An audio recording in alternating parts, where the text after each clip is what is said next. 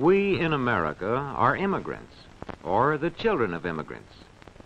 We are one people, but a people welded from many nations and races.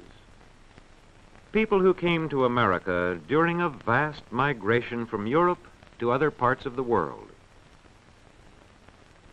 In this migration, millions of Europeans left their homes to settle in new countries across the seas. Almost two-thirds of them came to the United States.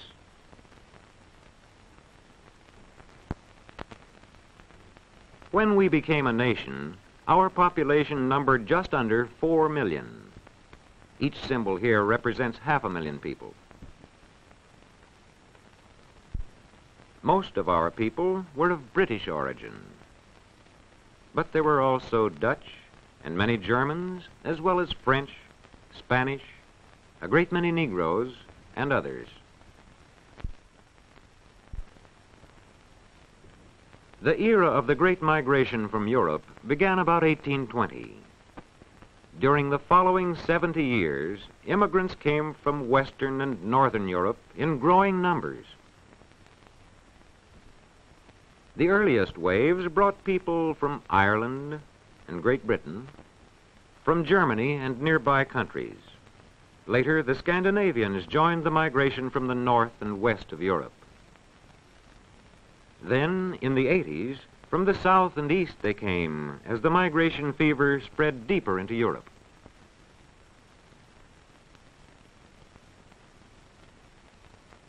During this period, too, came immigrants from the Orient.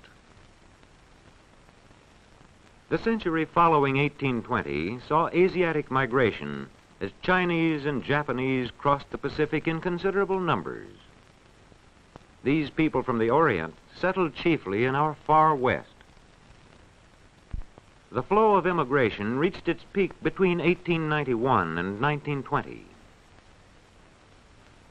During these years, a tremendous movement set in from the countries of southern and eastern Europe. Many still came from the north and west, but many more came from Austria-Hungary, Poland, Russia, Italy, and the Balkan Peninsula. But what of the people behind these symbols? What were their motives and hopes? Let us turn back to a steamship agent's office in a European port a half-century ago. Most of those seeking passage to America are farmers and peasants, like this family from Eastern Europe.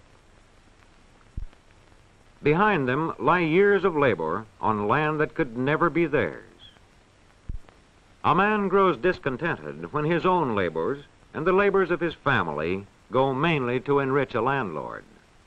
For peasants like these, there is hope of a better life in America across the sea. And there are those who have known at firsthand the political oppression of autocratic governments. Governments that deal swiftly and ruthlessly with those who dare to champion political liberty and freedom of expression.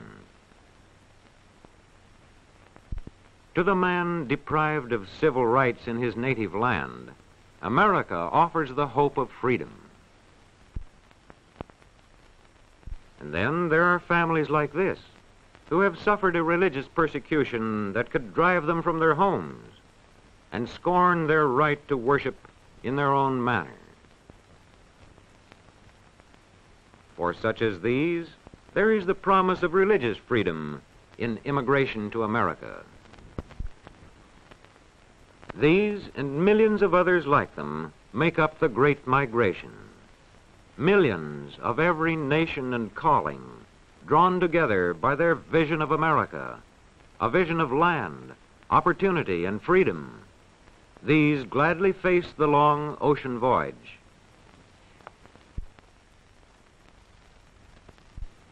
Then, immigration gateways like Ellis Island and examination by immigration officials.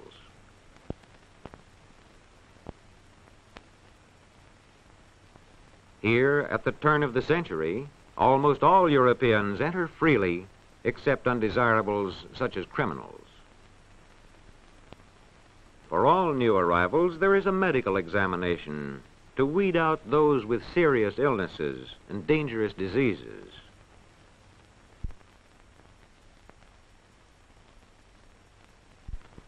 Many are rejected.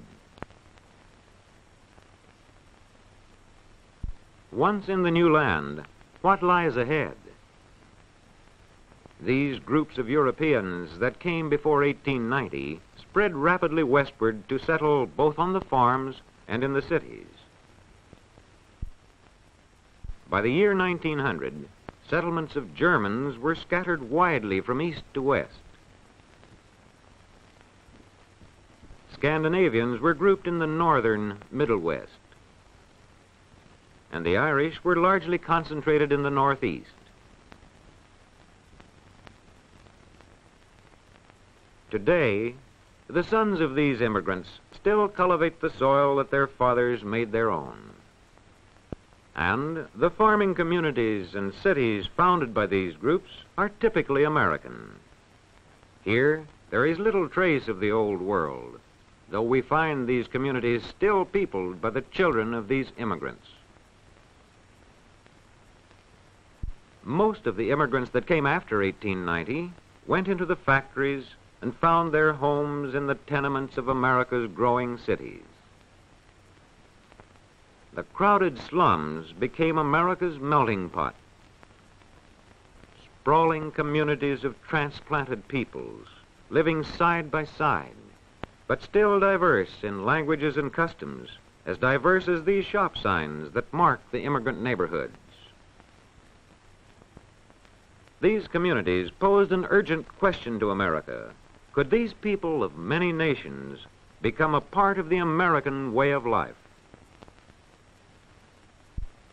In meeting this problem, many agencies played a part. The churches that preserved traditional ties in the midst of new surroundings.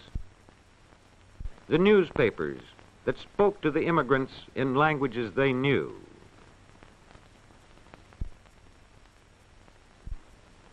The trade unions that taught them to work together. These and other agencies drew into the larger community the stream of new arrivals. In 1924, a law was passed to restrict immigration from countries outside the Western Hemisphere.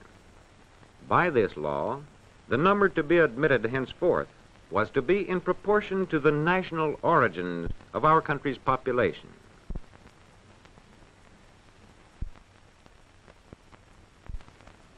This gave to Northern and Western Europe more than 80% of the total, while Southern and Eastern Europe received less than 20%.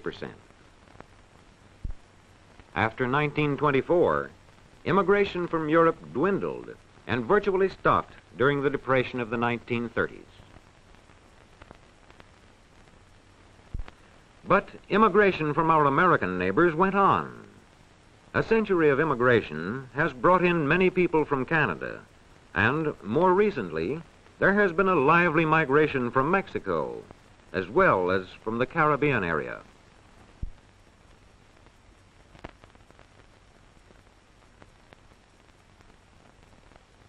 Today, these people of every nation and race have become Americans all, a people still diverse, but sharing common aspirations and drawn together in their common contribution of the skills and talents that have made America a great nation.